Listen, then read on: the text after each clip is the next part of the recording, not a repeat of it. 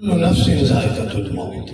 صدق اللہ العظیم۔ نائب امیر جماعت اسلامی آزاد کشمیر اور سابق صدر ڈسٹرکٹ بار ایسوسی ایشن کوٹلی چودھری محمود الحسن ایڈوکیٹ مرحوم کی نماز جنازہ سردار سکندر حیات اسٹیڈیم میں ادا کر دی گئی۔ نماز جنازہ میں امیر جماعت اسلامی ڈاکٹر محمد مشتاق، چیف جسٹس عدالت العالیہ صداقت حسین راجہ، پاکستان مسلم لیگ نون آزاد کشمیر کے مرکزی رہنما اور سابق سینئر وزیر ملک محمد نواز خان، وزیر ہائر ایجوکیشن ظفر اقبال ملک، وزیر بحالیات Javed Iqbal Bathanvi, member Azad Jammu Kashmir council Muhammad Hanif Malik, member assembly Muhammad Rafiq Nayyar, additional general secretary Pakistan Muslim league Noon Azad Kashmir Zulfiqar Ali Malik, peoples party Azad Kashmir کے رہنما ملک محمد یوسف ایڈوکیٹ، صدر بار سردار آفتاب انجم، میئر بلدیہ چودھری محمد تاج، طلباء، وکلاء، سول سوسائٹی کے نمائندوں، سیاسی کارکنوں، تاجروں، سرکاری آفیسران و ملازمین سمیت ہزاروں افراد نے شرکت کی۔ نماز جنازہ سے قبل تعزیتی ریفرنس میں امیر جماعت اسلامی ڈاکٹر محمد مشتاق مرحوم کے بھائی زاہد الحسن چودھری ایڈوکیٹ نے خطاب کرتے ہوئے چودھری محمود الحسن کی دینی اور سیاسی خدمات کو خراج عقیدت پیش کیا۔